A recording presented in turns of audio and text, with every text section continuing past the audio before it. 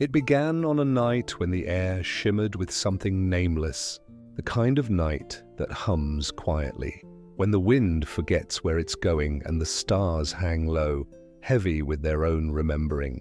Morty lay awake beneath a ceiling freckled with faint starlight, the hum of his room soft as breath. Somewhere far away, the house creaked, the slow heartbeat of a place that had seen too many dreams pass through it.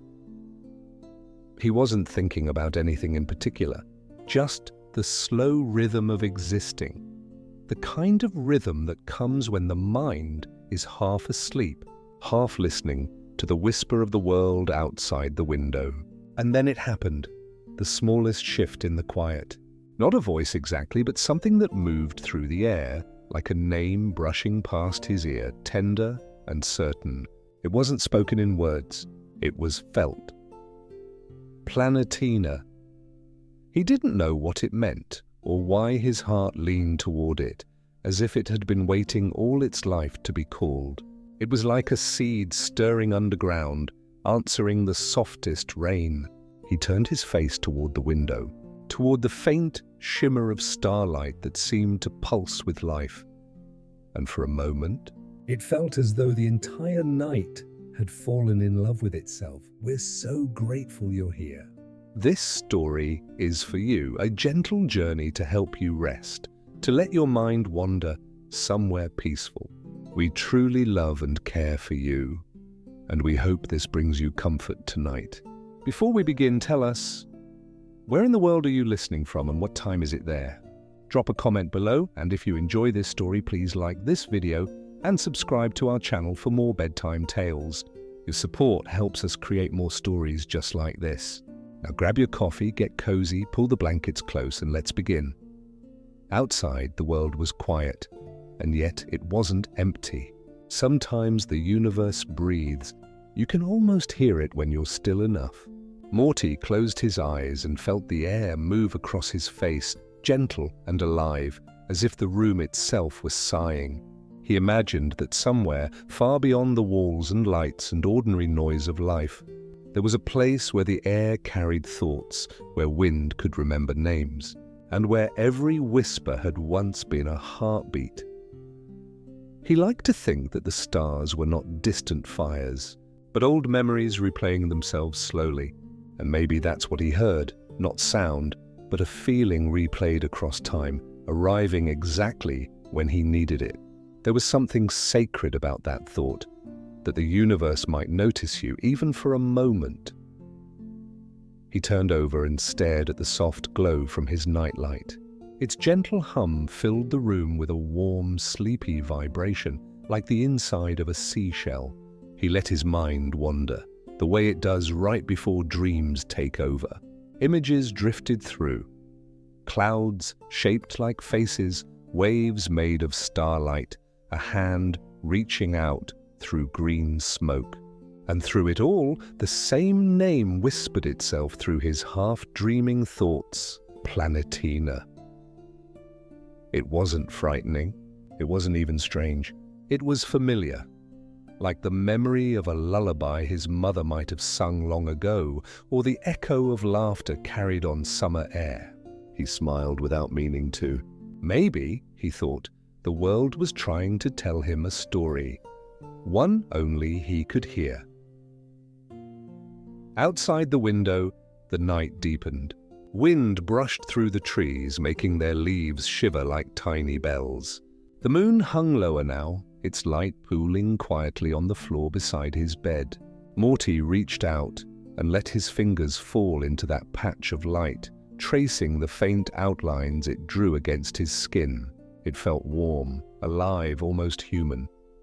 Some nights carry messages, but not in words, but in feeling.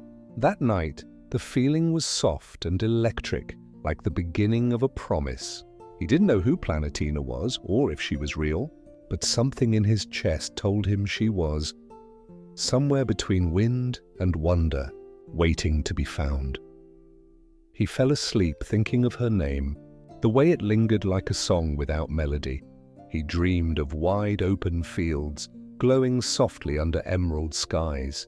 He saw rivers made of light, flowing upward instead of down, carrying tiny reflections of his own face among the stars. And in that dream he saw her, a figure made of color and motion, eyes bright as the first morning after rain. She turned toward him, smiling as though she already knew him. He tried to speak, but no sound came, only warmth, spreading gently through him until the world itself became that warmth. When he woke, the morning was quiet again. Dust floated in the sunlight, moving like tiny galaxies in slow motion. For a moment, he wondered if it had all been a dream. But then he felt it, a subtle shift in the air, as though something unseen had taken root within it. The ordinary world now carried a faint pulse, soft and alive. He went to the window. Outside, the trees looked exactly the same as yesterday. But he could have sworn the leaves were greener, the sky a deeper kind of blue. A breeze brushed his face, warm and knowing, and in it he heard the faintest echo, not quite words, but meaning, and that meaning was love. He smiled, unsure why tears pricked his eyes. It was the kind of moment that doesn't ask to be understood, it only asks to be felt. He whispered her name once more quietly into the morning air, and though no one else heard it, the world answered softly back. The day began, ordinary and full of mystery, and somewhere within it, hidden between breaths, the story of Morty and Planetina had already begun. Not with lightning or fire, but with the gentlest thing in the universe, the air falling in love. Days began to move differently after that night. Slower, quieter, as though the air had found a new rhythm and the world was listening to it. The hum of morning light through the curtains felt softer. Even silence carried a pulse, the faint reminder that something had changed. Morty didn't know what to make of it. This strange peace that followed him through the day, like the echo of a forgotten song.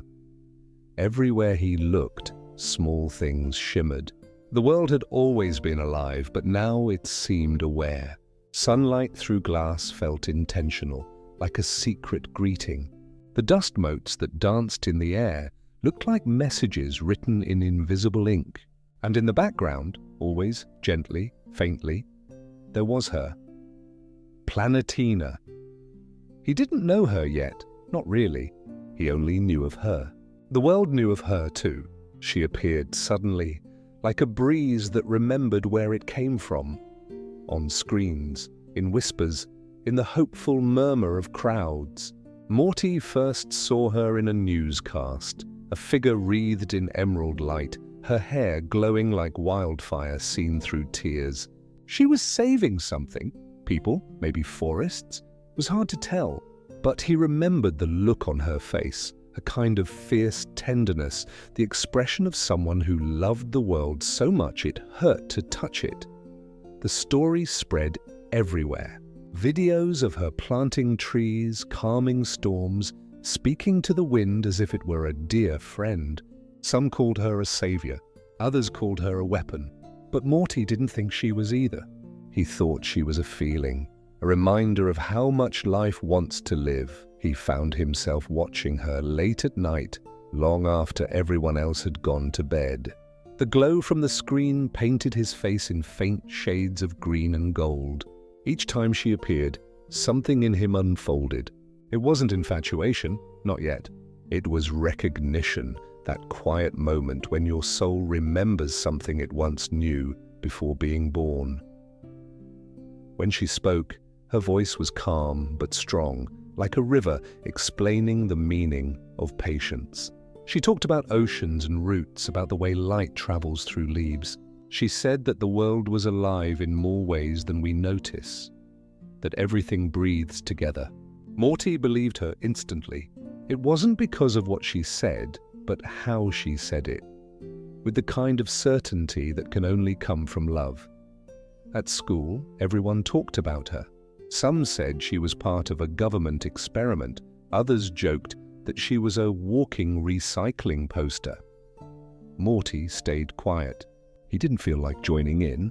When they spoke of her, it sounded shallow, like describing a song by its title instead of its melody. He carried her presence silently, like a secret. It wasn't something he could explain, not even to Summer or to Rick, who would only smirk and call it a crush. It was something gentler than that, deeper, like gravity, subtle but constant. Sometimes he'd stand outside at dusk and watch the wind move through the trees. He liked to imagine it was her, that she could feel him watching, that she somehow knew he believed in her. The thought made his chest ache in a way he didn't yet have words for. It wasn't sadness. It was something like longing, but calmer, like the tide pulling softly at the shore. Nights came and went. He began to dream more vividly. In one dream, he saw her standing on a mountaintop, surrounded by color and storm. She lifted her hands, and the clouds bent like ribbons of silk. When she turned toward him, her eyes were full of galaxies, and though she didn't speak, he understood. She could feel the whole world at once. Every breath, every root, every drop of rain. It must have been heavy, he thought, to love so much and never stop. He woke up with tears on his cheeks, though he couldn't say why. He remembered the look on her face from the dream. Not sorrow, but devotion. A love that existed beyond people, beyond even her own self. He wondered if she ever felt lonely, carrying the weight of everything she cared for. One evening, he sat in the living room while the news played faintly in the background. They showed Planetina again, rescuing miners trapped underground after a collapse. She lifted them as if the earth itself had agreed to part for her. When she smiled, it wasn't the smile of a hero. It was something quieter. She looked tired, beautifully, humanly tired. Morty leaned closer to the screen. The camera caught the moment she looked up, eyes bright, face streaked with dirt and light. For a heartbeat, she seemed to look straight through the lens, straight at him. And though logic said otherwise, he swore she saw him. The room filled with a strange stillness. For that single second, he felt connected to everything. Days turned into weeks. He began noticing small coincidences. Wind brushing his face whenever her name appeared, lights flickering softly when he thought of her. Maybe it was nothing. Maybe it was the universe playing along. But it comforted him. It made the world feel less alone. One afternoon, while walking home, he saw a gust of petals swirl across the street, tiny green and golden fragments dancing like laughter. They landed at his feet, forming no pattern, yet somehow spelling a feeling he understood without needing to name it. He knelt, picked one up, and whispered her name. The breeze answered, warm, playful, alive. He smiled quietly. There was no proof of anything, no reason, no science, no logic that could explain it. But he knew, sometimes love begins before you even meet. Sometimes the heart listens to a song that the ears haven't yet heard. That night, Morty sat by the window again, the sky wide and dark above him. Somewhere beyond those stars, she existed, not as an idea, but as light moving through time, through him, through everything. He closed his eyes, and for a moment, the distance between them disappeared. He breathed in deeply. The air tasted faintly of rain, faintly of her. And in that breath, he felt something bloom. Not a fantasy, but the quiet beginning of belief. The world outside kept spinning, bright and loud and endless. But inside, a small universe had begun. One that glowed green and gold, softly alive, softly waiting. And though Morty didn't know it yet, he had already begun to fall. The days that followed carried a strange brightness, as if the light itself had begun to hum. Morty felt it in his chest, that restless, shimmering pulse of something too large for him to hold. He woke each morning feeling both lighter and heavier, like gravity had found a new place to live inside him. He didn't know what to do with it. This quiet ache that made him want to laugh and cry at the same time. Sometimes he'd sit outside long after sunset, staring at the violet edge of the world, thinking of her. He imagined her somewhere far away, speaking to rivers or breathing with trees. He could almost sense her, that steady, calm presence, moving through storms as if the wind were her language. And every time he thought of her, something in him swelled, an emotion too wide to fit in words. He tried to explain it once, to Rick. They were in the garage, surrounded by half-built machines and the smell of ozone. Morty had been quiet for a while, lost in thought, and then finally said, "You ever care about something so much you don't know what to do with it?" Rick didn't even look up from the plasma coil he was calibrating. "Yeah, usually drink until it stops mattering," Morty frowned. "That's not what I mean. I mean, when it's too big. Like, it doesn't fit inside you anymore," Rick snorted. "Then you're doing it wrong, kid." "You're supposed to keep the universe out, not let it in," Morty didn't answer. He just watched the tiny blue sparks flicker in Rick's hands, thinking how strange it was that some people could hold lightning and still feel nothing. He envied him a little. That detachment, that cool indifference. But he also pitied him, because sometimes, Morty thought, the only thing worse than being overwhelmed by the universe is not feeling it at all. That night, Morty went for a walk. The neighborhood was quiet. All those sleeping houses, all those little universes behind closed doors. The moon hung low and full, breathing silver across the pavement. And in the distance, he heard thunder.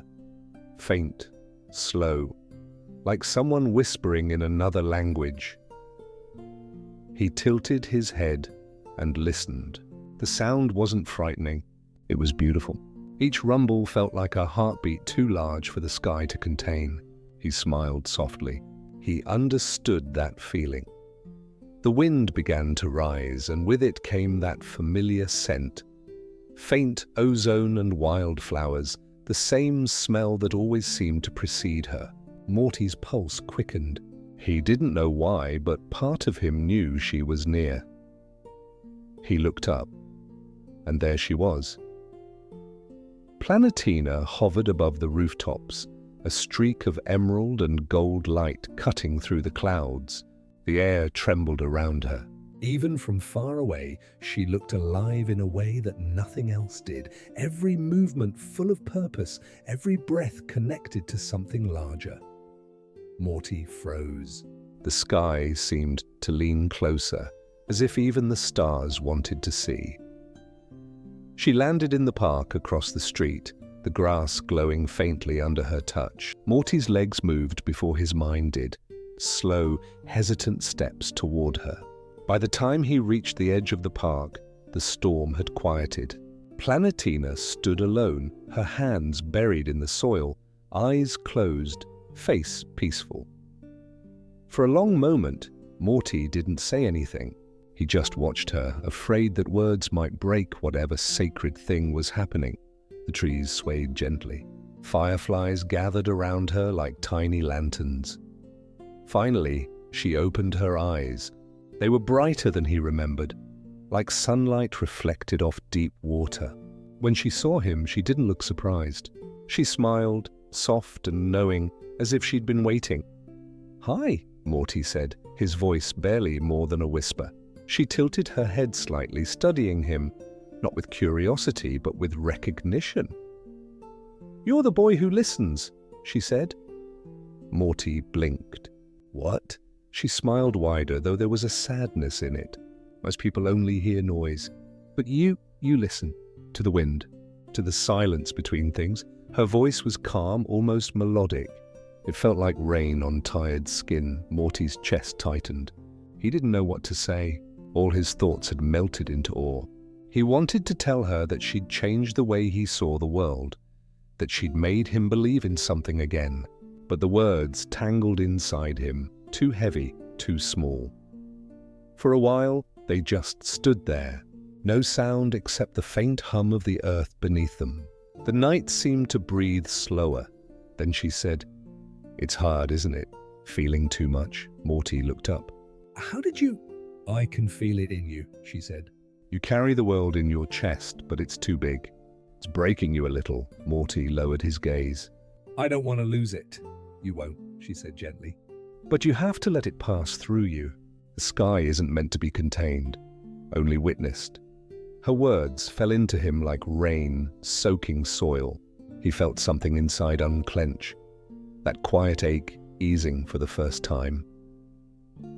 Will I ever be enough for it? He asked softly. She reached out, her hand hovering just above his heart, not touching, but close enough that he could feel the warmth radiating from her palm. You already are, she said.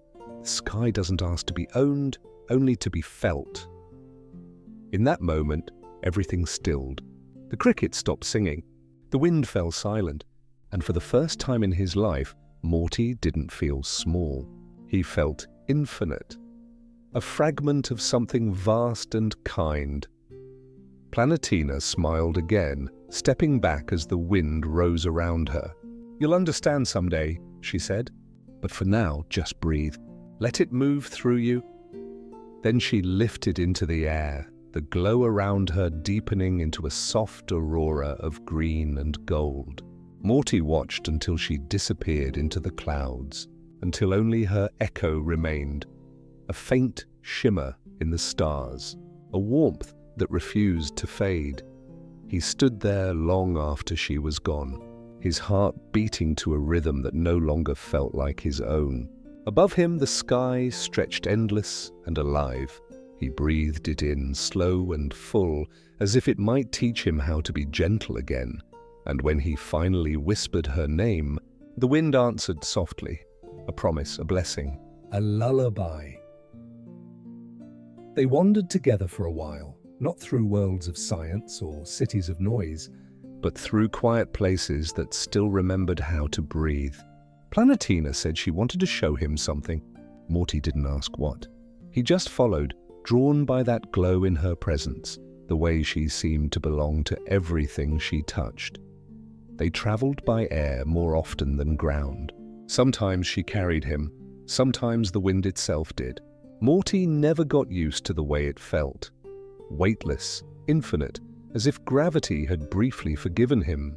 Below them, forests moved like sleeping oceans, their treetops rippling in slow motion. Above them, the clouds parted like curtains, revealing the pale bones of the moon. Everywhere they went, something was either burning or healing. The planet was in pain, she said, not in the loud, violent way humans imagined, but in small, quiet ways, rivers gasping, soil forgetting how to dream, trees standing still out of exhaustion. Morty listened. He didn't know how to fix any of it, but he knew how to care. Sometimes that's enough. One evening, they came to a forest still warm from the memory of fire. The air shimmered, not with heat, but with ghosts of smoke and light. Blackened trunks stood like the bones of forgotten giants, yet at their roots, tiny green shoots had begun to push through the ash. Planetina knelt, her fingers brushing the ground. The earth remembers everything, she said softly, even pain. Especially pain. Morty crouched beside her. Can it forgive? She smiled, but it wasn't her bright smile. It was something quieter, almost weary. It always does. That's why it keeps growing. For a while they said nothing. The silence wasn't empty. It was full of breath and the slow heartbeat of renewal. Then the rain came, soft at first, like someone whispering comfort to the world. Morty tilted his face upward, letting the drops cool his skin. Planetina stood with her arms open, eyes closed as if she were both blessing and being blessed. Do you hear that? She asked. Morty listened. The rain had rhythm, not random, but musical, like the planet was humming to itself. Is singing, he said in awe. Planetina nodded. Everything does when it's allowed to. Later, they built a small fire beneath the shelter of a leaning tree. The flames flickered against her face, painting her in shades of gold and shadow. She looked both ancient and young, like someone who had seen too much and still believed in beauty. "Do you ever get tired?" Morty asked. Her eyes lifted from the fire to meet his. "All the time," she said. "But then I remember what I'm fighting for." "And what's that?" She looked out toward the blackened forest, where the rain was still falling. "For this," she whispered. "For the world that tries again, even after it's been burned." Her words sank into him like warm rain into cold soil. He wanted to tell her how much he admired her, how her presence made him feel like maybe humanity still had a chance. But his voice felt small beside hers, and so he stayed silent. The fire crackled softly, filling the space where words couldn't reach. That night, Morty woke to the sound of something strange, a low, rhythmic hum rising from the earth. He sat up. Planetina was standing in the center of the clearing, eyes closed, her hands glowing faintly blue. The ash around her feet began to move, not blowing away but rearranging itself, spiraling outward like a living pattern. Morty stared. The ground seemed to be breathing with her. When she exhaled, the wind stirred the leaves. When she inhaled, the fire bent toward her like it wanted to listen. It was beautiful, not magic, but something deeper, older. It was connection. When she opened her eyes again, they glowed with soft light. "I talk to them," she said. "To the fires, the rains, the air.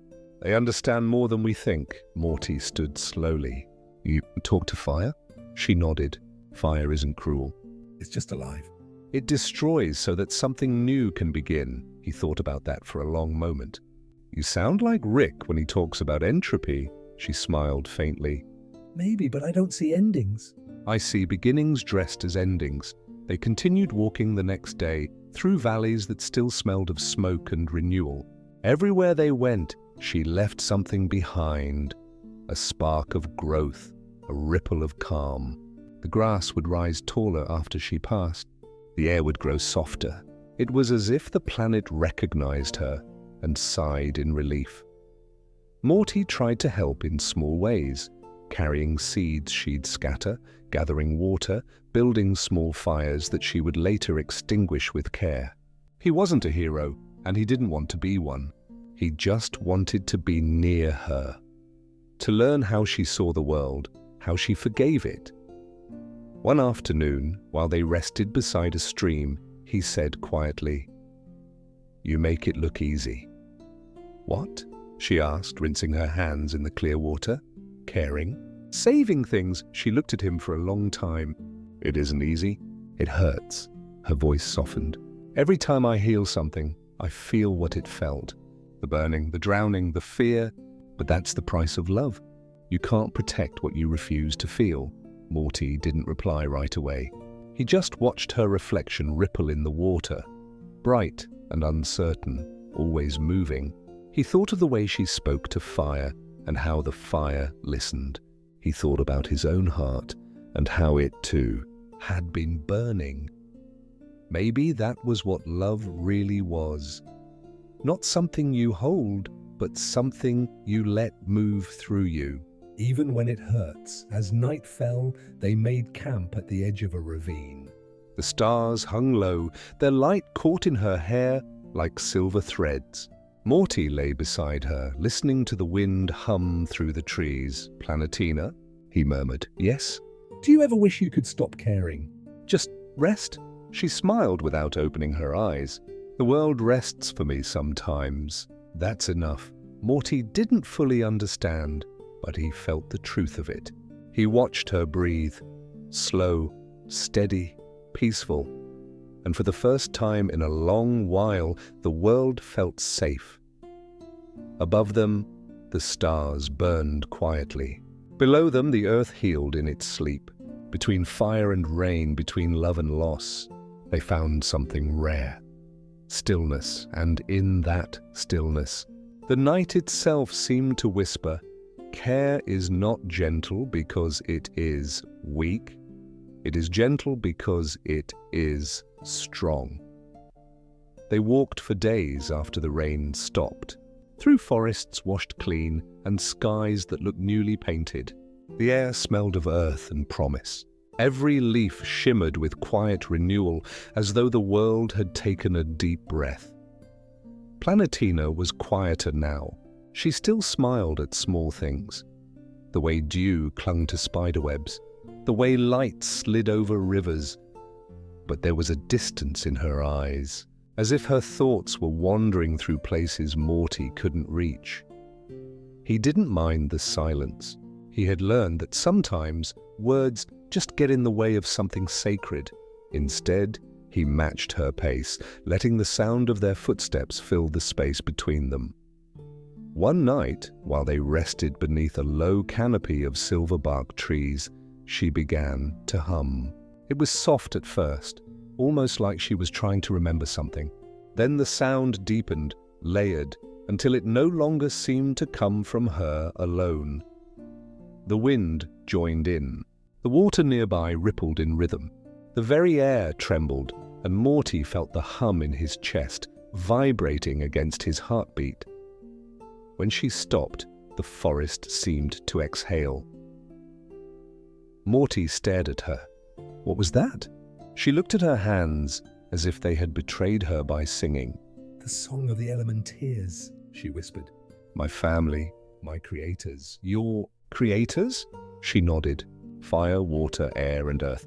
They gave me life so that I could protect what they could not. Morty sat up, the world around them still echoing faintly with her melody. Where are they now? Her expression softened into something almost mournful. Scattered, angry, lost, she told him about them then, her 4 companions. The ones who had shaped her from the planet's first breath. Fire was the oldest. Fierce and radiant, forever believing that destruction was the purest form of renewal. Water was kind but weary. She carried the memory of everything that ever sank, everything that was ever lost. Wind was free, unpredictable, often vanishing for centuries at a time, chasing horizons that no one else could see. And Earth? Earth was steady, patient, slow to change but slower still to forgive. They made me from their harmony, Planetina said, her eyes distant. But harmony doesn't last forever. Even the elements drift apart. Morty thought of families, how love and distance could coexist in the same heartbeat. He thought of Rick and Summer, of his mother, of all the quiet arguments that filled their house like ghosts. So you're alone? He asked gently. She smiled, but it was the kind of smile that hides more than it shows. Not always. I hear them sometimes. In dreams. Later that night, she dreamed again. But this time, Morty could feel it. The air thickened, humming with invisible music. The ground beneath them pulsed faintly, as if remembering a rhythm older than time. In the dream, she stood in a circle of light, surrounded by 4 shadows. Each glowed with its own color, red, blue, white, green, and each spoke in a language made of sound rather than words. Morty couldn't understand, but he could feel the meaning, longing, regret, and something like love too heavy for language. When Planetina awoke, her eyes were wet. They still sing, she said quietly. But not together. Their song is fractured. That's why the world aches. Morty touched her hand. Can it be healed? She hesitated. Maybe, but not by me alone. Days turned into soft weeks. They crossed mountains that hummed with mineral warmth and valleys where rivers coiled like silver veins. Everywhere they went, echoes of her creators lingered. A flicker of flame in an unexpected breeze, a ripple in still water, a sudden tremor beneath their feet. Once, while crossing a dry riverbed, the ground cracked open just enough for light to spill through. Deep, molten light. Planetina knelt beside it, eyes shining. That's fire, she whispered. He still remembers me. Morty peered down. The light pulsed once, like a heartbeat. Then it was gone. Another time, as they rested beside a quiet lake, a wind moved across the surface, shaping ripples into a perfect circle around them. That's wind, she said softly. Still curious, Morty began to see them everywhere, in the smallest changes, the tiniest shifts. It was like walking through a symphony of invisible presence. But with each encounter, Planetina grew quieter. Morty could sense her carrying something. Guilt, maybe, or grief. One evening, as they sat beside a fire that refused to burn too high, he finally asked, "Why do you sound sad when you talk about them?" She didn't answer right away. The flames flickered, painting the night gold. Then she said, "Because I wasn't enough. I was meant to bring them together, to keep balance. But I couldn't. I thought if I saved enough forests, enough oceans, enough lives, it would make up for it." Morty looked at her, the light trembling in her eyes. "You did more than anyone could." She shook her head gently.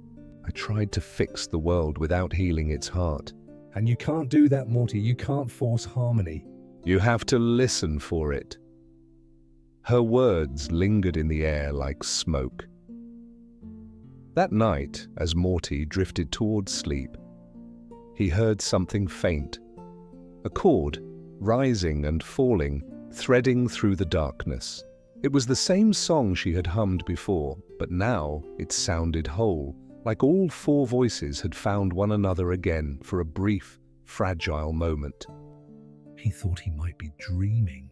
But when he looked over, Planetina was awake, tears glistening in the moonlight. "They're singing again?" she whispered. Morty smiled, though his chest ached with something he couldn't name. "Maybe they missed you." She looked at him then, really looked, the way people do when they want to memorize a moment. "Maybe," she said, "or maybe they're teaching me to let go." The wind stirred, carrying the faintest echo of their song into the night.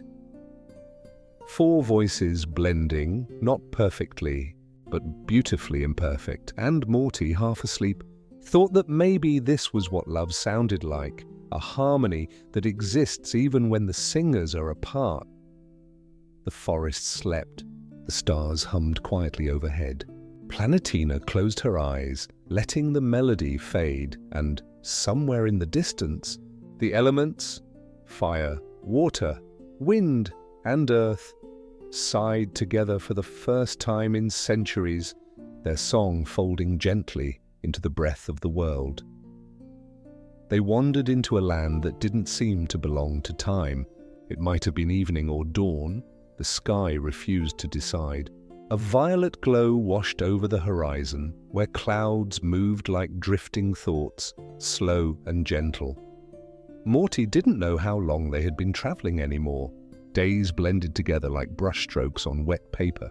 What he remembered most were the quiet moments. The way Planetina would stop to listen to the wind as if it were whispering a secret, or how she would trace her fingers along the surface of a river until it began to shimmer back at her. He didn't ask questions when she fell silent for hours. He had learned that silence was her truest language, one he was only beginning to understand. They came upon a plain filled with tall grass that glowed faintly in the dusk light. Each blade seemed to hold its own small memory of the sun. As they walked, the sound of their steps became rhythmic, almost musical. Morty thought it felt like walking through someone's dream. Soft, unreal, infinite. Planetina slowed her pace and touched a nearby flower, one that had somehow bloomed even though no sun had reached it. "Do you ever wonder," she asked, her voice hushed, "what the world dreams about?" Morty blinked. "Dreams?" "Like trees dreaming?" She smiled faintly. "Everything dreams, Morty. Even stones. Even storms." "The earth rests, and when it rests, it dreams." He thought about that for a long while. "Do you go into those dreams?" "Sometimes," she whispered. "When I'm quiet enough." That night, they found shelter beneath an old structure made of carved stone and vines, the ruins of something once human, now reclaimed by the patient green. They made a small fire, though the air was warm enough without it. Morty watched the flames flicker against her face, shadows dancing across her cheeks like soft memories. She seemed far away again. Her gaze wasn't fixed on the world before her, but on something unseen. "What do you hear when you go quiet?" he asked gently. Planetina smiled. Everything. The roots, the rivers, the wind, speaking in its sleep. Morty leaned closer. "Can you hear me?" Her eyes turned toward him, and for a heartbeat, it felt as if the entire night paused to listen. "Yes," she said softly. Even when you don't speak, something inside him loosened, a small knot of loneliness he hadn't realized he'd been carrying. They didn't need to say anything else. The silence between them became a kind of music. In the middle of the night, Morty woke to the faint sound of humming, low, distant, like a lullaby drifting through fog. Planetina was standing outside the ruins, her hands outstretched, eyes closed. The air around her shimmered with faint lights, hundreds of small glowing orbs that floated and pulsed like fireflies. He stepped closer. "Planetina." She didn't turn. "They're dreams," she said softly. Dreams of the sleeping things. The grass, the trees, the rivers. The planet exhales them when it sleeps. Morty stared, the lights reflecting in his eyes. "They're beautiful. They're fragile," she said. "If you listen too loudly, they break." So he stood, very still beside her, breathing softly, watching the luminous orbs drift like living stars around them. For the first time, he felt small in a way that didn't hurt. Small like a note inside a song. Later they sat side by side on a flat stone, the dream lights floating gently away into the horizon. Morty whispered, "Do humans dream the same way?" Planetina thought about it. Not always. Humans dream mostly of themselves. But sometimes... She turned to him, eyes glowing faintly. "Sometimes they dream for others. Those dreams change the world." Morty smiled faintly. "Like yours?" Her gaze softened. "Like yours too." He wanted to tell her how she made him feel, like he was part of something vast and kind, but the words tangled in his chest. So he just nodded, hoping she could hear what he couldn't say. Days later, they reached a desert that wasn't entirely dry. The sand glowed faintly at night, pulsing in waves, as though the earth itself was breathing beneath them. Morty asked if they should stop to rest. Planetina said, "We're already resting. We're walking inside the world's dream." It didn't make sense, but he didn't need it to. Every sound, the rustling sand, the hush of distant wind, felt softened, dreamlike. His own thoughts began to drift slower, as if sinking with something deeper. When he finally spoke again, his voice came out almost like a whisper to himself. "Do you ever get tired of feeling everything?" She looked over her shoulder, her hair glowing faintly in the moonlight. "I do," she said. "But then I remember, feeling is what keeps the world awake." "It's what connects us all." "Every tear, every laugh, every breath becomes part of something larger." Morty nodded. "Even pain?" She smiled. "Especially pain. Pain reminds us that we're still listening." That night, he dreamed differently. He was floating, not falling, not flying, just drifting through colors too soft to name. Voices murmured somewhere far away, not words, but feelings.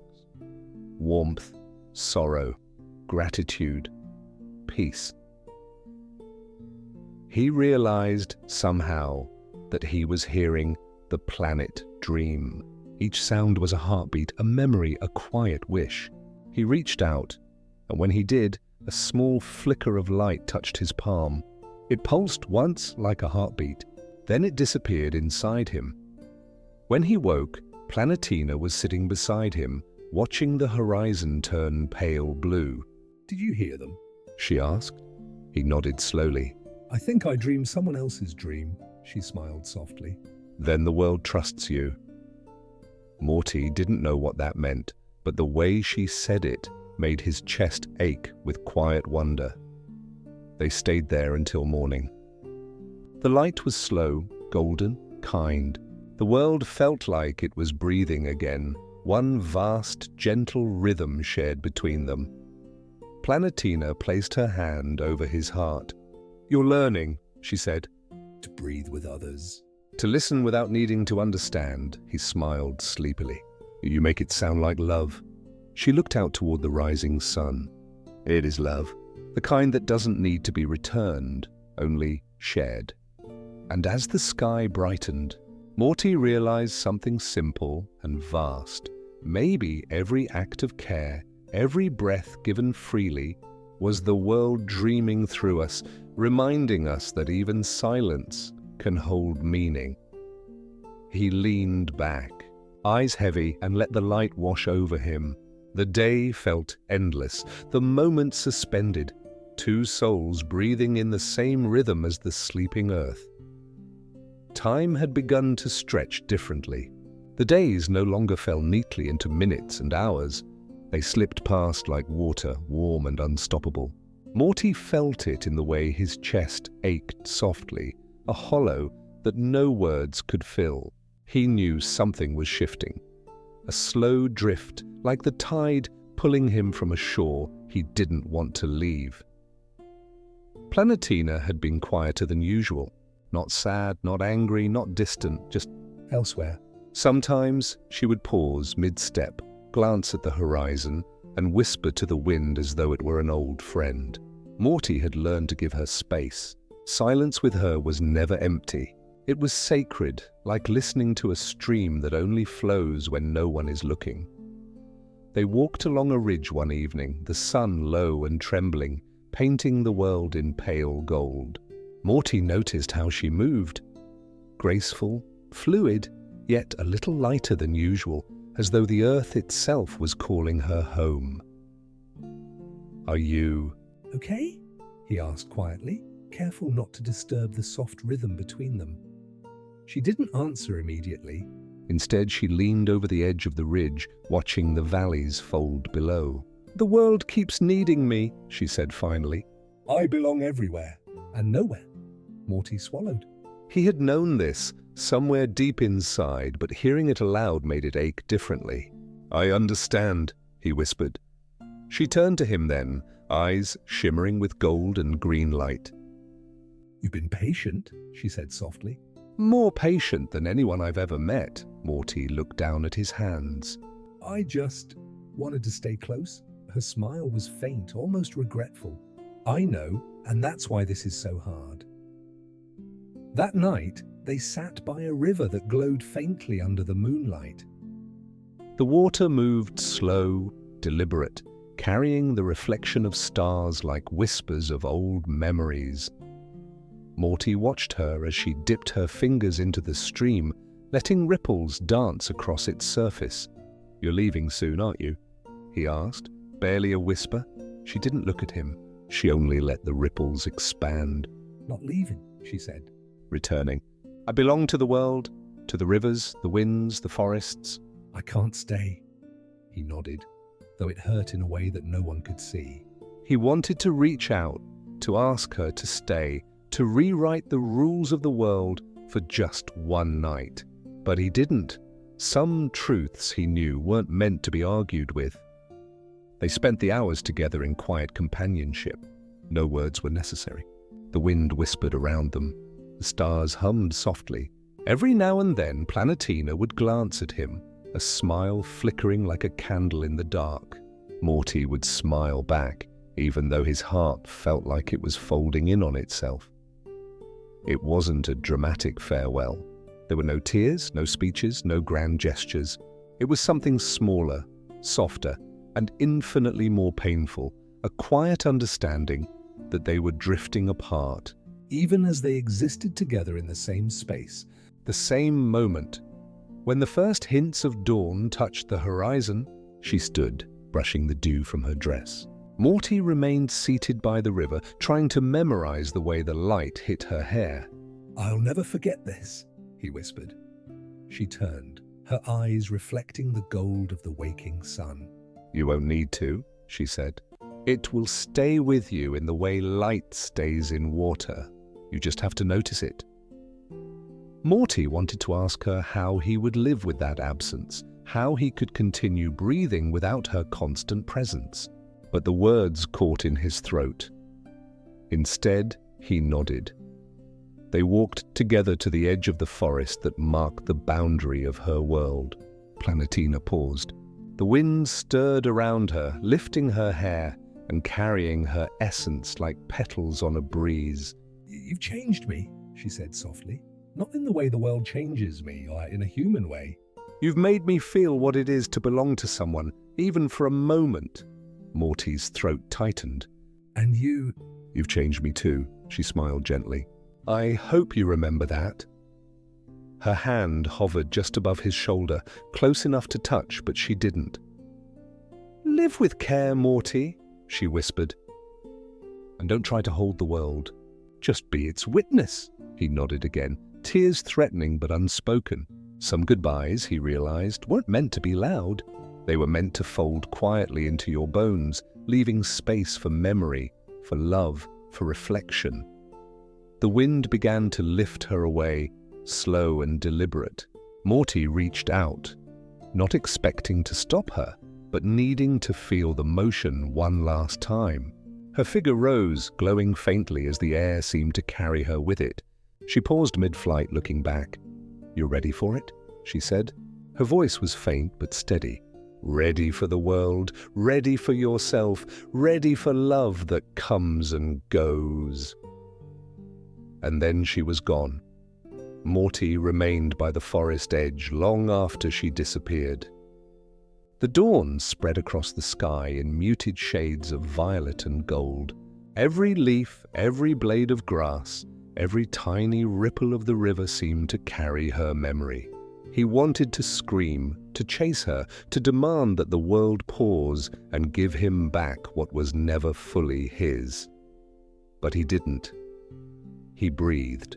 Slowly, deliberately. He felt the ache in his chest and let it exist.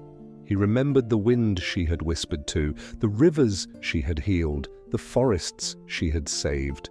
He realized that even in absence, she had left a part of herself everywhere. And perhaps that was enough. That night, Morty wrote letters he never sent, small, whispered messages to the world she had loved, to the elements she had healed, to the wind that carried her. "Are you still turning the storms gentle?" he wrote in one. "Do you remember me when the rain falls?" he asked in another. He didn't expect answers. He only hoped that in some small way she would hear. The quiet ache in his chest began to soften. He understood something vital, though it came slowly, like dawn creeping over the horizon. Goodbyes need not erase love. They only teach you how to carry it differently. And as Morty lay beneath the slowly darkening sky that night, he whispered her name once more, soft as a breeze. Planetina. The stars blinked back faintly. The wind sighed gently, and somewhere, far away, he imagined her listening, smiling, understanding, and letting go. After Planetina left, the world felt quieter, softer, almost fragile in its silence. Morty wandered the forests, the rivers, and the hills they had crossed together. Everywhere he looked, he saw traces of her. The way the wind bent the leaves, the soft shimmer of water in sunlight, the faint glow of moss that seemed to remember her touch. He carried a notebook with him, though he didn't always write in it. Some nights he would sit by a fire and stare at the flames, letting memories of her drift like smoke into the darkness. He tried to hold on to her in words, though he knew that some things cannot be captured, cannot be fixed, cannot be returned. Morty began to write letters, not to her directly. She was too far, and he knew he could not reach her like that. Instead, he wrote to the elements she had loved, the wind, the rivers, the forests, the mountains, even the faintest trace of the fires she had healed. Each letter was small, fragile, and tender. "Are you still turning the storms gentle?" One letter began, I hope the rivers remember the sound of her laughter, another whispered. Sometimes he wrote questions, sometimes confessions, sometimes stories of small joys he discovered without her presence. The way a flower unfolded in the morning, the way sunlight danced on broken glass, the way a bird sang even when the sky was grey. Then he would take the letters and burn them, not in anger, not in grief, but in trust. The smoke carried his words into the night, curling and twisting like invisible threads reaching toward her. Somehow, he believed that the wind might carry them, or that the fire might hold them, or that the rivers might whisper them to her, wherever she was. Days became weeks, and Morty noticed how the act of writing changed him. The ache in his chest softened, not because she returned, but because he was learning to hold the world gently in his own hands. He realized that love is not about possession. It is about witnessing, remembering, and offering care without expectation. Sometimes he walked to the cliffs where they had watched the horizon together. He would lean against the rocks, letting the wind whip against his face. Planetina, he whispered to the sky. Are you still there? The wind carried the words away. Morty smiled faintly. Maybe she heard, maybe she didn't. Either way, he felt lighter, as though speaking and then letting go was a kind of bridge between their worlds. He met people along the way. Travelers, wanderers, quiet souls with stories hidden in their eyes. He didn't talk about her. Not exactly. Instead, he listened. He carried the gentleness he had learned from her into these moments.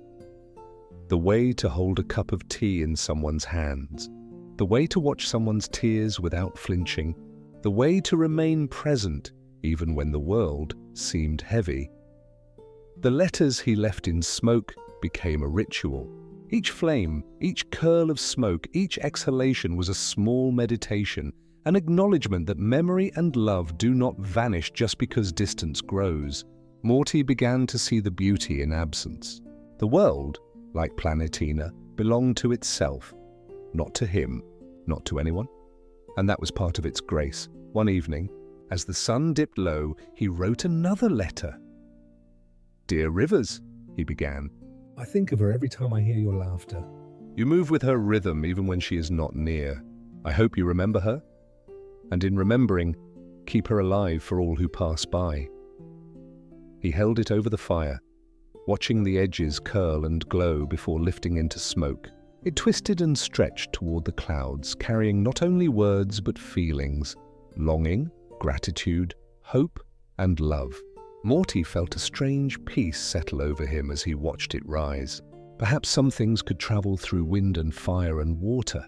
Perhaps memory could reach even when bodies could not. He began to notice patterns. The letters he burned sometimes left faint traces. A green leaf fluttering down from above, a ripple in a nearby pond, a small bird lingering as though listening. He imagined it was her spirit, or the echo of her presence, saying softly, "I see you. I hear you. Thank you." At night, he would dream of her again, but differently. Not the longing, the ache, or the impossible closeness, but the warmth of small moments, the soft hum of shared silence, the way her hand would hover just above his without touching, the gentle smile she offered when the world was too heavy. He woke with these memories, settled into his chest like soft stones, comforting and steady. Morty also began to write for himself, not for the elements, not for her, not for memory. Letters about the world as he saw it, the kindness he witnessed, the small miracles that passed unnoticed, the laughter that rose from unexpected places. He left them in fires under trees along riverbanks. He realized that sharing gently with the world was another way to honor her presence, to allow what he had learned to ripple outward. The act of writing, burning, and releasing became a quiet meditation. It was grief and gratitude in equal measure, a gentle rhythm he followed like breathing. And slowly, in the quiet smoke curling toward the stars, he found a deeper understanding. Love does not end with departure. It continues in memory, in ritual, in the care we extend to the world. By the end of the week, Morty felt lighter. Not because Planetina had returned, but because he had learned to trust the flow of life. He could see the world bending toward beauty in unexpected ways. The tiniest shoots growing through ash, the way the wind scattered clouds to reveal sunlight, the way rivers carried reflection back to the sky. He stopped trying to reach her directly. Instead, he reached for the small things, letters of smoke, acts of kindness, attention given fully and gently. Each small gesture became a bridge, invisible, ephemeral, but real. In these quiet acts, he found the essence of what she had tried to teach him. Care is not weak. Love is not possession. Presence is everything. That night, Morty lit one final fire in a clearing beneath the stars. He held a letter to the flames. Planetina, wherever you are, thank you. For the light you left behind, for the songs you carried, for teaching me how to breathe in the world. He watched the smoke rise. It spiraled toward the heavens, carrying everything he could not say aloud. And as the embers glowed softly, Morty realized that the world and she had never really left him. They were in the wind, in the rivers, in the quiet hum of the night, in every act of care that he chose to offer. And for the first time since she had gone, he felt peace, not finality, not closure, just peace. Time had begun to feel different to Morty. It no longer rushed or stumbled. Instead, it stretched, elongated, folding around him like a soft blanket.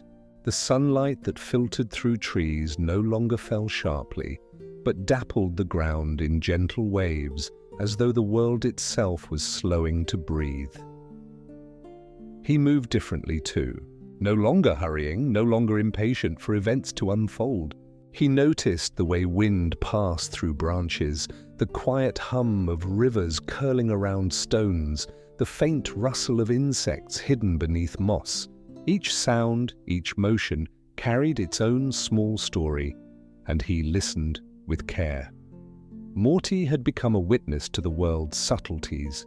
The way a bird lifted off from the edge of a pond, the shimmer of sunlight on water that had pooled in a fallen tree's hollow, the slow, deliberate unfolding of a leaf in morning light. He remembered Planetina with each observation, not with longing, but with gratitude. She had taught him this patience, this ability to exist fully in the moment, without needing to possess it. The ache of her absence had softened into a quiet reminder. The world is alive, and it is always worth noticing. In the small town where he now lingered, Morty noticed people carrying their own quiet burdens. A woman feeding birds in the park, hands trembling slightly.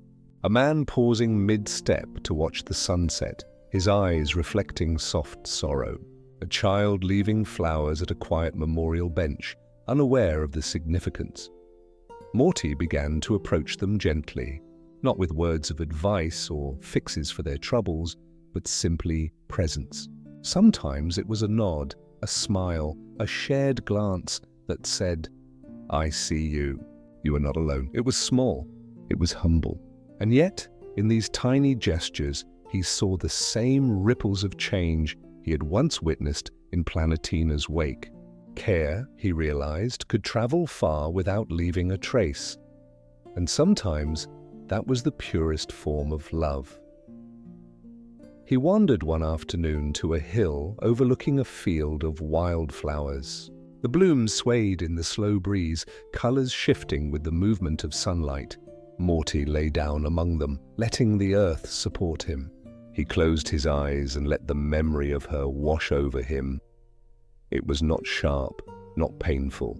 Instead, it was warm, like sunlight settling into skin after a long winter. The world seemed to hum with possibility, as though every blade of grass, Every fluttering petal was breathing with him. A soft rain began, delicate and persistent. Morty did not seek shelter. He welcomed the droplets, letting them trace quiet paths down his face. Each drop reminded him of small moments with Planetina, her laughter falling like rain, her hands reaching to steady the trembling earth, her presence so large and fragile at once. He whispered into the wind. "Thank you." The sound of the rain and the soft hum of the earth seemed to answer him. He felt no need for more words. Some truths, he realized, exist not in speech but in attention, in presence, in quiet acknowledgement. That evening, as daylight began to fade, he noticed the first stars appear. They twinkled faintly, scattered across the sky like silver dust. Morty watched their slow emergence, feeling a kinship with them. Each star carried its own light, distant yet persistent. Each one, like memory and care, traveled far to reach the observer. He thought of Planetina again, how she had loved the world without needing it to love her back. He understood, in a way he hadn't before, that kindness and care are acts of courage. They leave traces even when unseen. They endure long after the moment has passed. He returned to the town with a quiet purpose, no longer searching for her, no longer chasing what could not be held. Instead, he walked slowly, noticing the small miracles. A neighbor watering a plant, a child laughing at a puddle, a stray cat curling into sunlight. He greeted them when he could. Sometimes a nod, sometimes a shared silence. A quiet acknowledgement that everything mattered, even the smallest gestures. Morty began to write again, not letters to smoke or wind, but reflections for himself. He chronicled the subtle beauty of ordinary life, the way sunlight fades across a wooden table, the way rain patterns form tiny rivers on windows, the way laughter persists even in grief. It was a record of attention, of mindfulness, of presence. He realized that in recording these things he was honoring Planetina, the world, and himself, learning to exist fully, without longing, without grasping. Nights became his favorite time. The slow descent of darkness, the quiet pulse of the earth, the soft glow of stars, all reminded him of impermanence and care. Morty sat on rooftops in empty fields by rivers, feeling the gradual rhythm of the world around him. He understood now that life was not meant to be rushed. It was meant to be observed, inhaled, folded gently into memory and presence. He remembered her words. Live with care, Morty. Don't try to hold the world. Just be its witness. And he tried. Every day, he tried. One evening, as daylight faded slowly into the embrace of night, Morty looked out at the horizon and felt the gentle ache of growth and change. The ache was not grief. It was the quiet evidence of love, of attention, of a world that had taught him patience. And he understood. The light fades slowly, yes, but in doing so, it teaches you how to see, How to breathe. how to live. Morty exhaled softly. The wind brushed his cheek. The first stars blinked faintly into existence, and he whispered into the soft air, I see it. I understand now. The daylight had faded indeed, but in its place rose a gentle calm, a quiet presence, a world he could inhabit fully and peacefully. And he knew he had learned, at last, how to carry love without holding it too tightly. Morty wandered into the remnants of a small town, its buildings blackened by a fire that had passed long ago. The streets smelled faintly of smoke and rain-soaked earth. Some homes were partially standing, others reduced to heaps of ash. Yet even in ruin, life was persistent. Small shoots of green pushing through cracked concrete, leaves trembling on scorched trees, birds cautiously returning to sing their delicate songs. He felt a soft ache in his chest. This place, destroyed and fragile, reminded him of the world's duality, the capacity for both harm and healing, for loss and regeneration. It reminded him too of Planetina, her tireless care for the world, her fierce love that had always seemed bigger than herself. Morty began to move through the town, slowly, listening. There were people here, survivors who had returned to rebuild, their eyes wary but resolute. They carried their grief silently, in the lines of their faces and the careful way they handled charred wood and debris. Morty didn't speak at first. He simply watched, simply noticed, simply bore witness. And in witnessing, he began to understand the first lesson of kindness in ashes. It is not loud. It does not announce itself. It moves slowly, gently, shaping the world without force. He started helping in small ways. He carried buckets of water to douse lingering sparks, swept ash from pathways, and gathered fallen beams that could be reused. Every act was quiet, deliberate, unremarkable. Yet it mattered. He began to see the same magic in rebuilding that he had seen in Planetina's care for forests, rivers, and wind. One elderly woman noticed him gathering wood and smiled faintly. "You're young," she said, voice soft. "But you understand something older than most of us." Morty shrugged, feeling the warmth of her acknowledgement. "I'm learning," he said quietly. She nodded. Kindness doesn't need to be perfect, only persistent. Days stretched into weeks, and Morty continued his slow work. He noticed that the survivors began to move differently around him, lighter, more willing to smile, to share a word, to trust again. It wasn't because he was extraordinary. It was because he reminded them of something they had almost forgotten, that care, when offered without expectation, is a force of quiet healing. He remembered Planetina then, her gentle insistence that the world is fragile but not helpless. Her presence lingered in the way he moved, in the way he spoke softly to the wind, in the way he knelt to lift a broken plant from the ashes. And for the first time since her departure, he realized that she had not left him empty. She had left him prepared. One evening, after the work was done, Morty sat by a small fire in the center of the town. Ash floated lazily on the breeze, catching the last light of the sun and reflecting it back like tiny sparks of memory.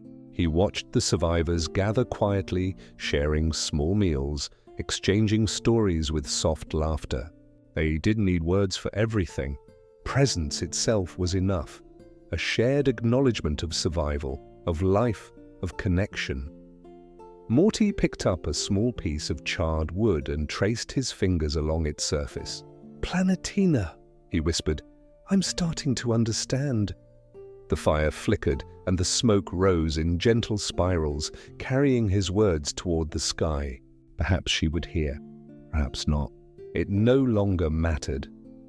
He began to see parallels between the survivor's recovery and his own inner journey. Just as the town was rebuilding from the ashes of fire, he was learning to rebuild himself from the fragments left behind by absence, longing, and grief. Every kind word, every careful gesture, every moment of attentive presence became a brick, a seed, a thread woven into the fabric of his being. Morty realized that healing didn't mean forgetting. It didn't mean erasing memory or pretending the past hadn't shaped him. It meant remembering without pain, carrying lessons forward, and gently tending to what remained. One morning, a small child approached him, holding a blackened flower that had survived the flames. "I think this one is magic," the child said softly, eyes wide with wonder. Morty smiled. "It's alive," he said. "That's its magic." He knelt beside the child, showing how to carefully dig around the roots, water the soil, and protect the fragile bloom. The child laughed, a sound like wind chimes in sunlight, and Morty felt a warmth he had not known since the days with Planetina. He understood then that love does not vanish when the object of it departs.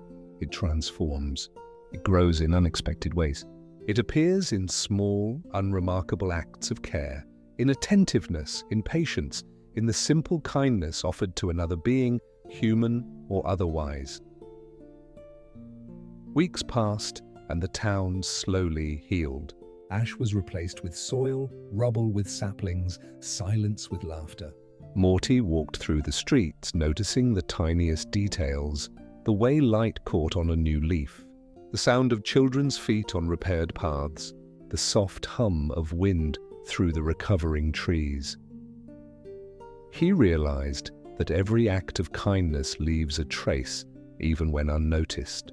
Every gentle touch, every patient smile, every careful gesture shapes the world quietly but irrevocably.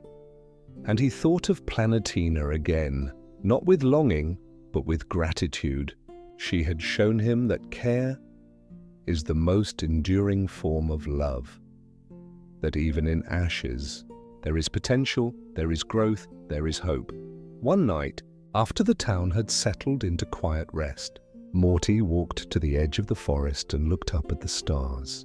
He thought about everything that had led him here. The wind, the rivers, the forests, the fires, and the gentle hands that had once guided him. He breathed deeply, letting the cool night air fill him. The world felt full of possibility. Not perfect, not complete, but alive, fragile, and tender. A place worthy of care.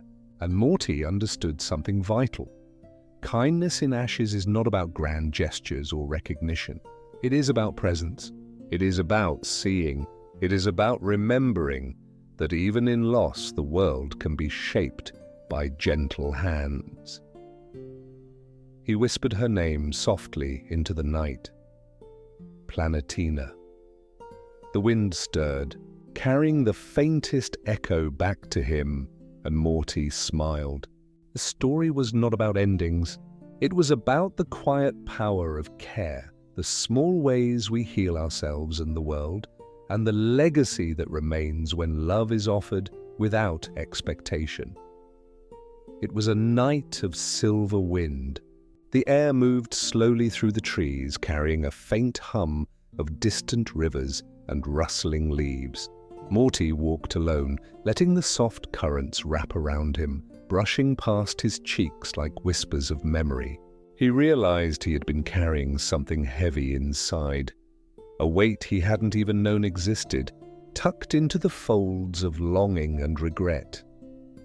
He stopped beside a cliff, overlooking a valley blanketed in moonlight. The shadows stretched long and soft, folding into one another, mirroring the quiet tangle in his chest.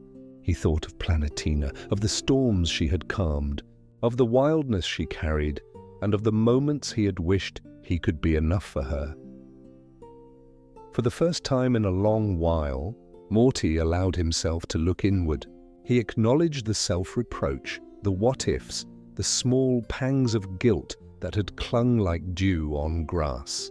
He had tried too hard. He had wanted to hold on to someone who could not belong to him. He had feared losing, feared feeling, feared being left behind, and yet here he was. Still breathing. Still noticing. Still capable of care. He listened to the wind. It was different tonight. Softer, as if it too was carrying the memory of grief and learning to release it. It reminded him of everything Planetina had taught him. That love is not possession, that care is a quiet force, that forgiveness, for others, for the world, and especially for oneself, is the most patient weather. Morty closed his eyes. He let the air flow into his lungs, felt it stretch through his chest, felt it brush away the sharp edges of old regrets. The wind was neither cold nor warm, neither harsh nor soft. It simply was, and in its presence, he felt a subtle, profound truth. Forgiveness begins with acceptance. He thought of all the moments he had wished he could rewind, the moments of hesitation, of misunderstanding, of clinging, the moments when he had tried to hold on too tightly, to make permanence of something that was meant to flow. He whispered to the wind, "I forgive you," And me. It was not a loud proclamation. It did not echo. It simply unfolded like petals opening in moonlight. And for the first time in a long while, he felt a lightness in his chest. Not the absence of sorrow, but a softness that allowed sorrow to exist without consuming him. Morty sat on the cliff's edge for hours, feeling the wind play through his hair, tracing patterns in the grass, lifting leaves and carrying them across the valley. He realized that the wind itself had no intention of holding anything, yet it touched everything. It reminded him that life is full of motion. Some things stay, some things move, and all of it is beautiful if we let it be. He thought of the letters he had sent in smoke, the small acts of kindness in the towns and forests he had visited, the gentle attention he had learned to give others. All of it, he realized, was part of the same lesson. Care is not always visible. It does not demand recognition. It simply moves quietly, like the wind. As night deepened, Morty felt the pulse of the world align with his own. The rustle of leaves, the hum of distant waters, the faint shimmer of stars overhead, all became a single rhythm. He felt himself exhale fully, the tension of years, of longing, of self-reproach, leaving him in that silent symphony. Forgiveness, he realized, was not about undoing the past. It was about allowing oneself to continue moving, to continue noticing, to continue caring. The wind stirred again, brushing past his face. It seemed to carry a message, soft and distant. "You are enough." "You have always been enough," Morty let the words settle into him. They were not spoken aloud. They were felt, like warmth flowing through veins, like the gentle insistence of dawn after a long night. He thought of Planetina once more, not with ache, but with gratitude. She had never asked him to be perfect. She had asked him to see, to care, to be present, and to forgive, both the world and himself. He understood now that her love had not been a demand, but a guide, a quiet teaching that he could carry into the rest of his life. Morty rose slowly, letting the wind brush through him once more. He walked down the cliff, feet crunching softly on gravel, leaves brushing against his legs. Every step felt deliberate, gentle, meaningful. He no longer felt the need to cling, to chase, to correct. He simply existed in the rhythm of the world, moving with its quiet grace. By dawn, Morty reached a river where he and Planetina had once paused. The water shimmered silver in the first light, reflecting the soft glow of the sky. He knelt and ran his hands through the current, feeling its coolness, its motion, its patience. And in that moment he realized, the world is forgiving too if we let it be. He whispered softly, "I forgive myself. I forgive you." I forgive everything I could not control." The river accepted it, carrying his words along its current, dispersing them into the forest, the hills, the valleys. The wind, too, seemed to take part, swirling around him in gentle approval. Morty sat on the riverbank as the day began to warm. He felt a quiet joy rising within him. Subtle, unassuming, steady. It was not happiness in the dramatic sense. It was the satisfaction of learning, of release, of inner alignment. He had discovered that forgiveness is not a single act, but a slow, patient unfolding, a lifelong practice, a rhythm that carries the soul forward. And as he watched the water move and the wind stir, Morty understood he had finally allowed himself to be present, to live with care, to witness fully, to breathe with the world. The wind whispered past him one last time that morning, and he smiled softly. "I understand," he murmured, "and I am ready to continue." Years had passed since Planetina had left, and Morty found himself drawn back to the forest where they had spent so many quiet hours together. The trees were taller now, their branches interlacing in intricate patterns above, filtering sunlight into soft gold and emerald patches on the forest floor. The air carried the familiar scents of moss, damp earth, and whispering leaves, scents that tugged at the corners of memory like a half-remembered dream. He paused at the edge of a clearing. Here, the ground was soft with fallen needles, and faint impressions of old footsteps lingered in the soil. Morty knelt, brushing his fingers over the moss, feeling the texture of time itself beneath his palms. Everything had changed, yet everything remained the same.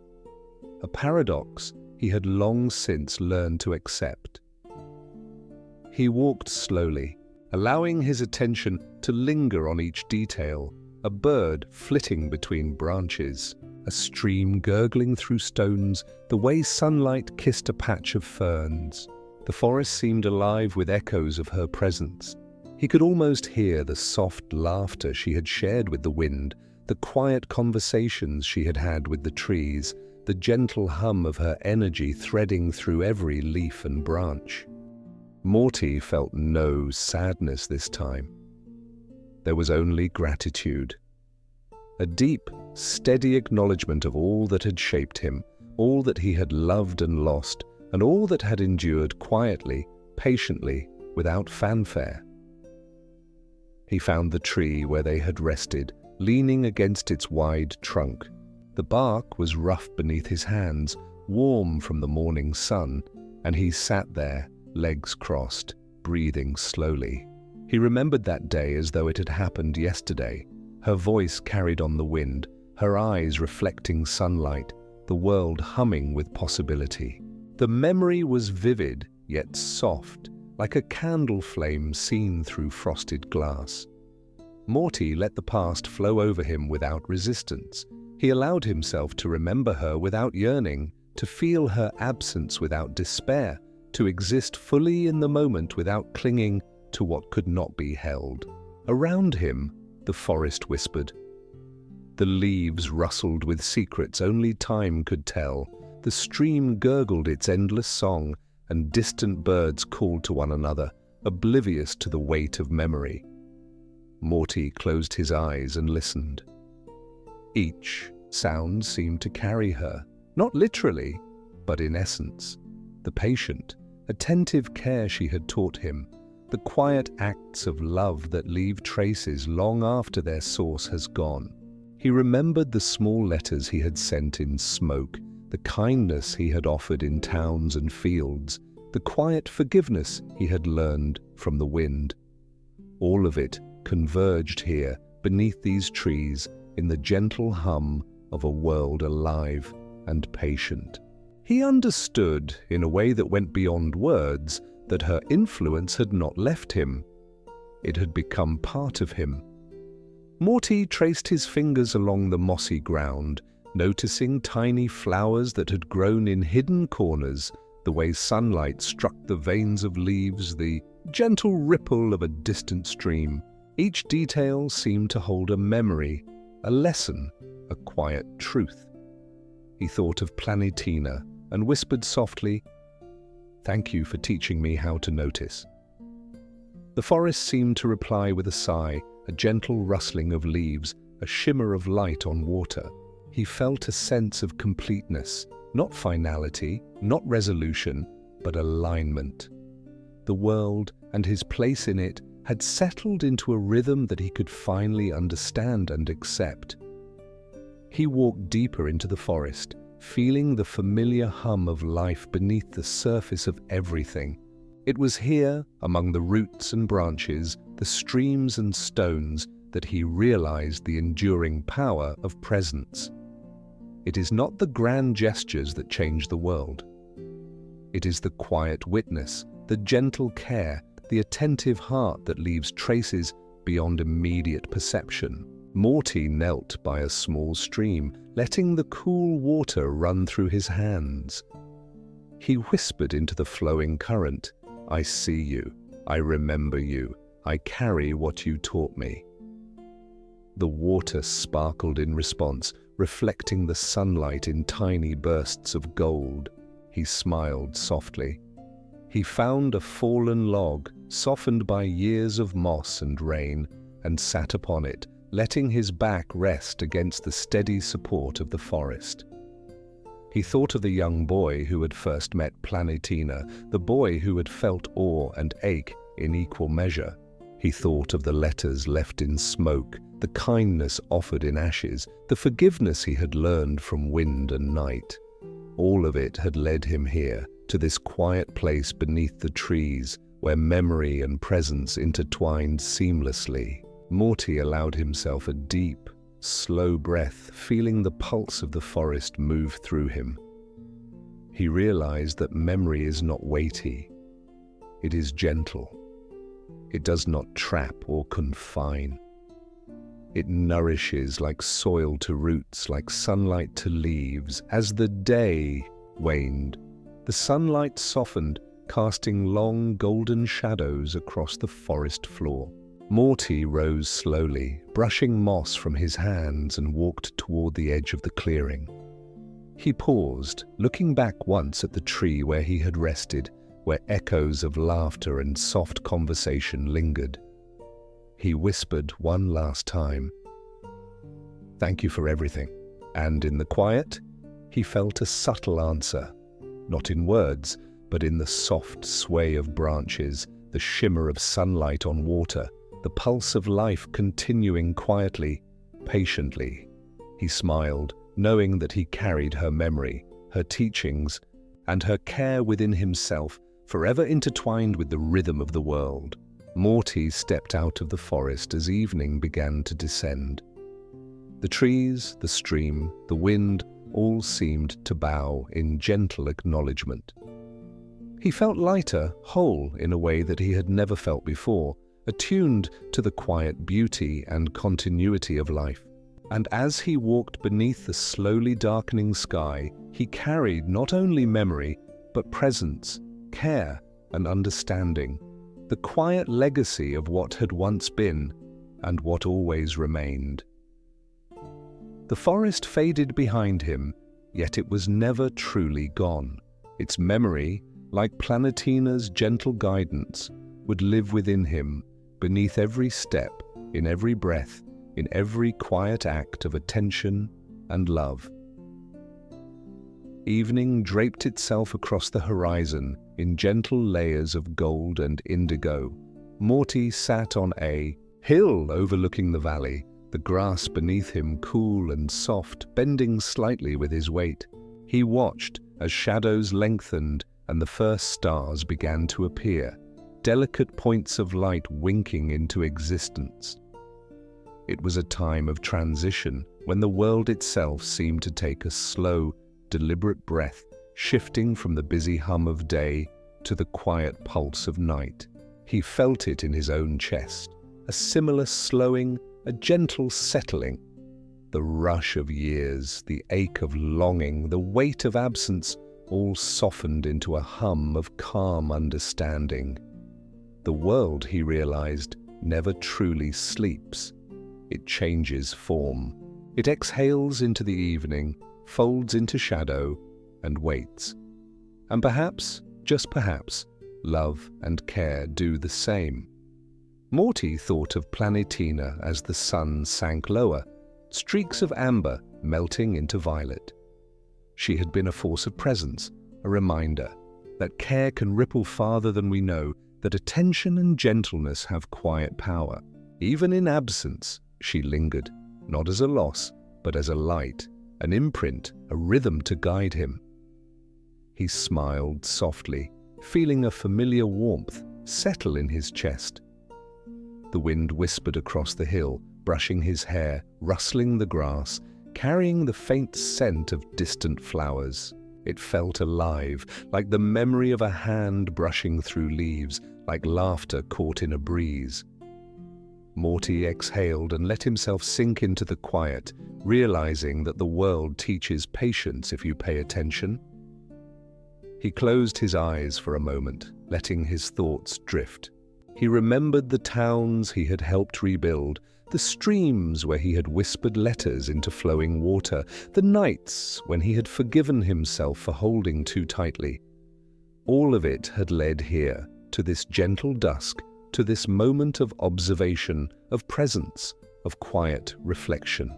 The stars appeared slowly, shy at first, then more boldly, scattering across the sky like silver dust. Morty felt a kinship with them, distant, luminous, patient. Each one a reminder that even when things seem removed from our grasp, they exist, carrying their own light, traveling their own path. And perhaps the same is true of people, of memory, of care. He thought of the day-to-day life that continued below the hill. Windows glowing softly in evening homes, the faint laughter of children returning from play, the hush of animals preparing for the night. Everything was moving in its own quiet rhythm. Nothing demanded his control, nothing asked him to force his presence. It simply existed, as he now understood he could exist. Morty leaned back, letting the grass cushion him. The slow pulse of the world beneath him felt comforting, like a heartbeat shared across space and time. He realized that life's continuity does not depend on grandeur. It depends on the patient rhythm of small actions, of gentle observation, of subtle attention, even absence, even change, even grief. All fold into this rhythm eventually, like soft music threading through a long, quiet evening. The air cooled, carrying the faint scent of pine and wet earth. Morty noticed the first hints of nocturnal movement, a fox slinking through underbrush, the quiet flap of an owl's wings, the ripple of water over stones. He felt connected to it all, not as a master, not as a seeker, but as a participant, an observer, a witness, a heart attentive to the world's subtle whispers. He thought about all the times he had chased understanding, chased presence, chased Planetina herself. He no longer felt the need to chase. He understood that being, truly being, in the moment, with care and attention, was enough. Presence, he realized, is the kindest act we can offer, to ourselves, to others, and to the world. Morty's eyes swept the horizon again, watching the valley slip slowly into shadow. The first crickets began their night song, tiny pulses in the quiet dark. The stars grew bolder, a soft, scattered chorus of distant light. He imagined the world, learning to sleep, each creature, each tree, each river, each wind current folding into its own rhythm. And somewhere in that rhythm, he felt Planetina's essence, her energy of care, her devotion to balance, her quiet insistence that the world mattered even in small ways. He whispered into the twilight, "I see it, I understand it, I am part of it." The wind carried his words gently, not as an echo but as a caress. He did not wait for a reply. The quiet itself was reply enough. The hum of the earth, the rustle of leaves, the shimmer of stars, all affirmed the continuity of care, of memory, of presence. Night deepened further, the sky turning a soft, infinite indigo. Morty felt the rhythm of the world match the rhythm of his breathing, slow, deliberate, patient. Every leaf, every stone, every glimmer of starlight became a part of him, and he a part of them. He understood in the deepest sense that life does not demand perfection. It demands presence. It demands attention. It demands quiet care. He let his gaze linger on the first distant stars, winking faintly through the velvet sky. He felt a warmth that was neither fire nor sunlight. It was memory. It was gratitude. It was the soft glow of understanding. He realized that the world and all who inhabit it learn to sleep, not by closing their eyes, but by settling into the rhythm of being. Morty exhaled fully, the wind carrying his breath across the hill, across the valley, across the small towns and rivers beyond. The stars multiplied, the crickets sang, the trees swayed, and he finally felt a harmony he had been seeking for so long, And in the quiet between stars, he understood that presence, care, memory, and love are never truly lost, only transformed, waiting patiently in the rhythm of the world. Morty found himself standing on a quiet hill, overlooking a valley where the rivers curved gently like silver ribbons, and the forest swayed in a rhythm as old as time. It was early morning, and the sunlight stretched slowly over the land, touching each leaf, each blade of grass, with soft gold. He closed his eyes, feeling the air brush his face, carrying the scent of earth and water, of wildflowers and pine. For the first time in many years, he noticed the rhythm of his own breathing, slow, steady, deliberate, and realized that he had learned to inhale the world itself. It was a lesson he owed to Planetina, not in words, not in direct instruction, but in her presence, in her care, in the way she had shaped him without trying to. She had shown him that being alive is a form of attention, that love is a quiet, persistent force, and that the world itself responds to those who learn to move gently within it. Morty began to share what he had learned, not through lectures or signs or strict rules, but through presence, through example, through the slow unfolding of attention. Children and wanderers, travelers and locals came to him not knowing exactly why. They sat beside him under trees by streams in the quiet of fields and found themselves slowing down. They noticed the wind in their hair, the sunlight on their hands, the small music of the world around them. They learned to breathe, he told them simply. Kindness is a kind of gravity. It pulls you back home, even when you've wandered far. Some nodded. Some laughed softly. Some remained silent, letting the lessons seep into their bones. He walked with them through the forests he had known as a child, pointing out the hidden streams, the moss-covered stones, the patterns of light on leaves. He let them touch the water, feel the wind, notice the way shadows shift in the slow afternoon. Morty realized that this was a continuation of Planetina's work, the subtle teaching that life is not to be rushed, that presence is a gift, that care can be gentle but transformative. When he spoke her name aloud, it was never with longing, it was with gratitude. The wind answered softly, rustling through the trees like an old friend acknowledging a memory. It reminded him that the world itself is alive, listening, responding, and that love persists even when the one who first inspires it is gone. One evening, a young girl approached him with a small notebook. "I want to remember," she said simply, eyes wide with curiosity. Morty smiled, recognizing himself in her desire. He showed her how to notice, how to observe the pattern of clouds, the ripple of water over stones, the way sunlight drifts across the forest floor. "Don't rush," he whispered. Let the world teach you. Let it settle into you. It will always have something to offer if you pay attention. She nodded, and for a long moment they sat together in silence. The air carried the scent of wet earth, the faint call of a distant bird, and the gentle sway of trees. Morty felt her learning, her presence, fold into the rhythm of the world, just as he had learned so long ago from Planetina. He realized that teaching others was not about authority or instruction. It was about guiding them into the quiet spaces where life reveals itself. It was about showing, not telling, and letting presence speak louder than words. Every person who slowed their breath, who noticed the wind, who touched the water with intention, carried a part of Planetina's influence forward.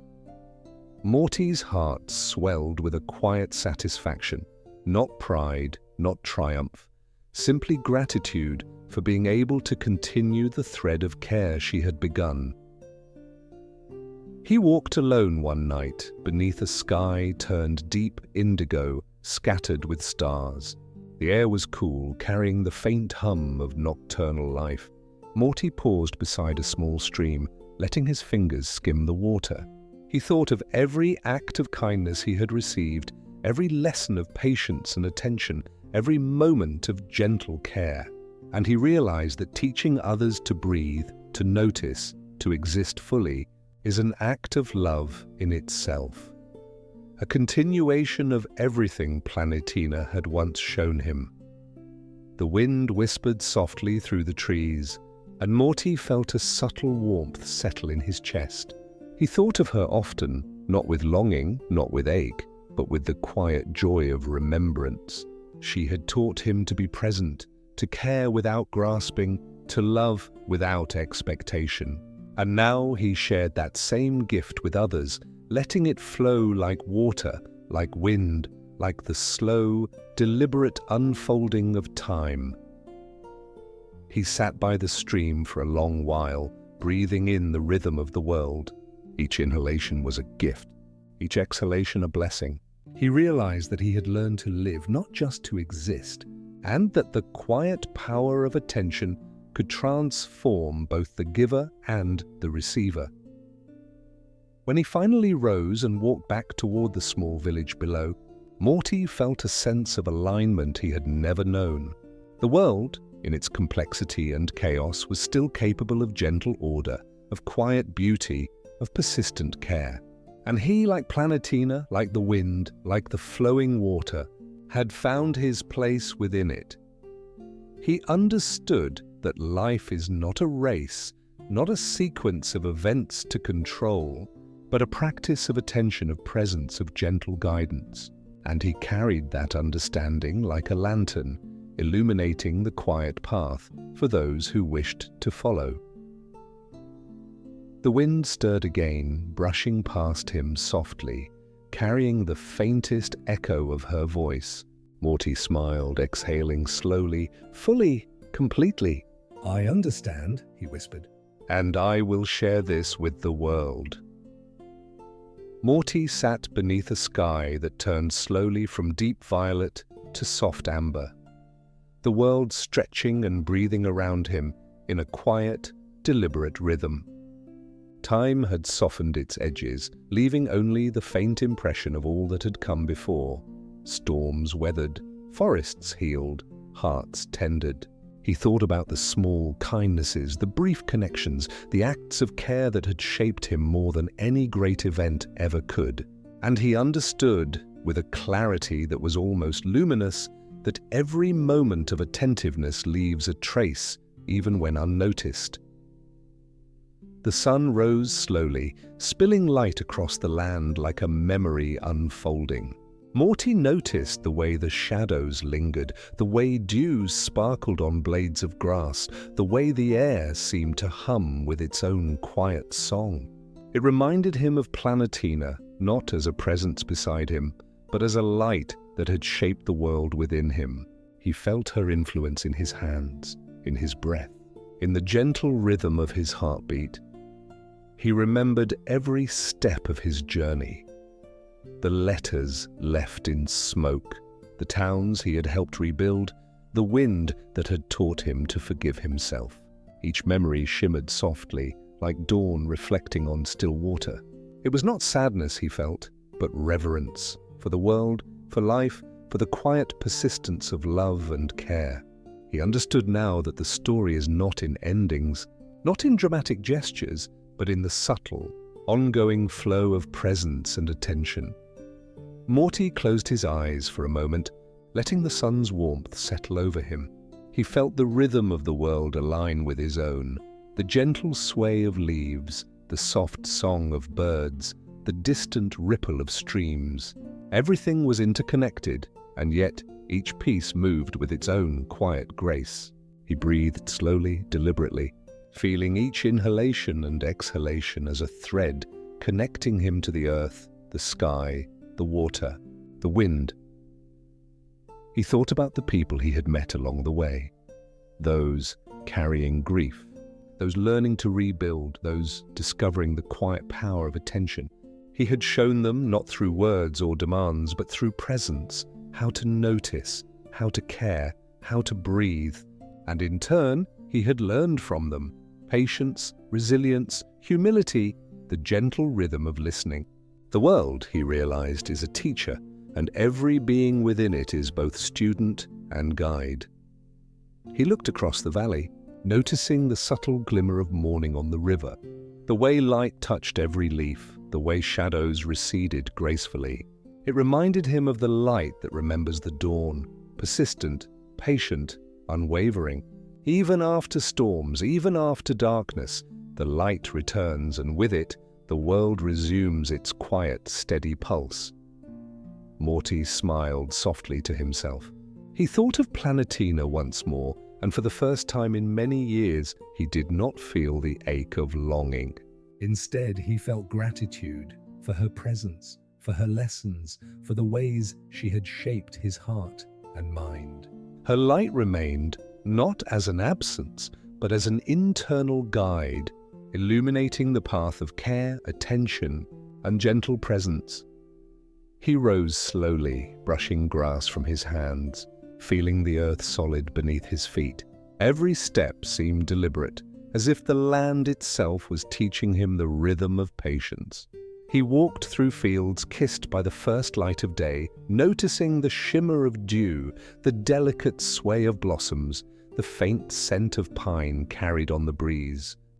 He thought about his own life, the small choices, the quiet lessons, the ways he had learned to live fully in each moment. He understood now that memory is not a weight. It is a guide, a light illuminating the path forward. Even the moments of grief, of longing, of mistakes, carry their own subtle wisdom. They are not burdens, but gentle teachers guiding us toward presence, toward understanding, toward acceptance. Morty sat by a stream that reflected the soft morning sky. He let the water flow over his hands, noticing the ripple, the shimmer, the gentle persistence of movement. He whispered softly, "I carry everything with me." I see it, I remember it, I live it. And in that quiet act of acknowledgement, He felt a profound alignment with the world, the pulse of wind, the song of the birds, the hum of earth and water and sky. The light deepened, casting long, golden shadows across the land. Morty felt a warmth in his chest, a sense of calm completeness that was not finality, but presence. He realized that his journey had always been about attention, noticing, caring, remembering, forgiving. Planetina had shown him that the world responds to gentle care, and now he understood that he, too, could be a quiet force in the world, a presence that nurtures, guides, and persists. He let the sunlight linger on his skin, felt the breeze stir through the trees, and breathed deeply, savoring each inhalation and exhalation. The morning was not loud or dramatic. It was soft, deliberate, patient, a light that remembered the dawn, a rhythm that persisted through every shadow, every storm, every absence. Morty smiled, feeling the full weight of gratitude and presence. He understood that his life, like the world itself, is shaped not by grand gestures, but by quiet, consistent attention.